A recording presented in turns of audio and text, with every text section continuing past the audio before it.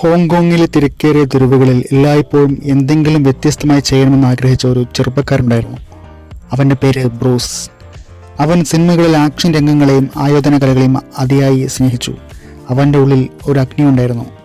അതെ, ഇന്നത്തെ സ്റ്റോറി നമ്മുടെ സ്വന്തം ബ്രൂസ് ലീ. ആയോധന കലകളെയും ആക്ഷൻ രംഗങ്ങളെയും അതിയായി സ്നേഹിച്ച അവൻ്റെ പേരാണ് ബ്രൂസ് ലീ. ബ്രൂസ് ലീയുടെ ഉള്ളിൽ ഒരു അഗ്നി ഉണ്ടായിരുന്നു. പക്ഷേ അത് എങ്ങനെ ആളെ കത്തിക്കണമെന്ന് അവനറിയില്ലായിരുന്നു. ബ്രൂസ് ലീ ഒരുപാട് ആയോധന കലകൾ പഠിച്ചു, പല ശൈലികളും പരിശീലിച്ചു. പക്ഷേ ബ്രൂസ് ലീക്ക് പൂർണ്ണമായ സംതൃപ്തി ലഭിച്ചില്ല. ഓരോ ശൈലിക്കും തൻ്റെതായ നിയമങ്ങളും പരിമിതികളും ഉണ്ടായിരുന്നു. ഒരു ദിവസം ബ്രൂസ് വിഷാദനായി തൻ്റെ ഗുരുവിൻ്റെ അടുത്തെത്തി. ഗുരു, ഞാൻ എത്ര പഠിച്ചിട്ടും എനിക്ക് പൂർണ്ണനാകാൻ കഴിയുന്നില്ല. ഓരോ ശൈലിയും എന്നെ കെട്ടിയിടുന്നു. എനിക്ക് എൻ്റെ സ്വന്തം വഴി കണ്ടെത്താൻ കഴിയുന്നില്ല. ഞാൻ എന്ത് ചെയ്യണം? ഗുരു ഒരു ഗ്ലാസ് വെള്ളമെടുത്ത് ബ്രൂസിന് നേരെ നീട്ടി. ബ്രൂസ്, ഈ വെള്ളത്തിലേക്ക് നോക്കൂ. ഇതിനെ ഒരു രൂപത്തിലേക്ക് മാറ്റാൻ നിനക്ക് കഴിയുമോ? ബ്രൂസ് ഗ്ലാസ്സിലെ വെള്ളത്തിലേക്ക് നോക്കി.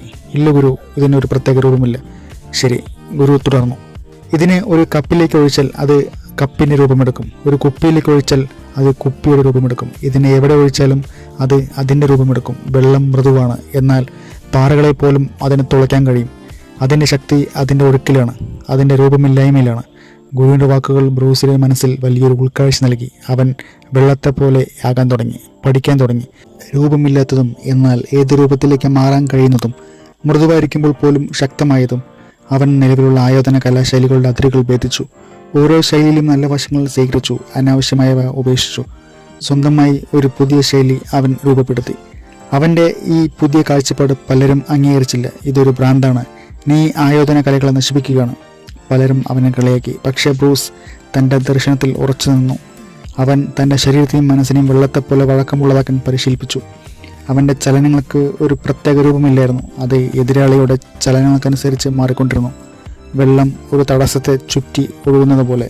പിന്നീട് ബ്രൂസ് ഹോളിവുഡിലെത്തി. അവിടെയും ബ്രൂസിന് ഒരുപാട് വെല്ലുവിളികൾ നേരിടേണ്ടി വന്നു. ഏഷ്യക്കാരനായതുകൊണ്ടും പലരും അവനെ അംഗീകരിക്കാൻ മടിച്ചു. പക്ഷേ ബ്രൂസ് തൻ്റെ കഴിവിലും ദർശനത്തിലും വിശ്വസിച്ചു. അവൻ തനിക്കീടെ ചെറിയ അവസരങ്ങളെപ്പോലും തൻ്റെ വെള്ളം പോലുള്ള വഴക്കത്തിലൂടെ വലിയ വിജയങ്ങളാക്കി മാറ്റി. അവൻ പറഞ്ഞു, ബി വാട്ടർ മൈ ഫ്രണ്ട്.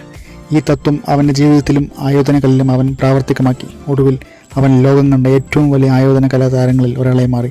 അവൻ്റെ സിനിമകൾ ലോകമെമ്പാടുമുള്ള ലക്ഷക്കണക്കിന് ആളുകളെ പ്രചോദിപ്പിച്ചു. ബ്രൂസ് വെറുമൊരു നടനോ യോദ്ധാവോ ആയിരുന്നില്ല, ഒരു തത്വചിന്തകനായിരുന്നു.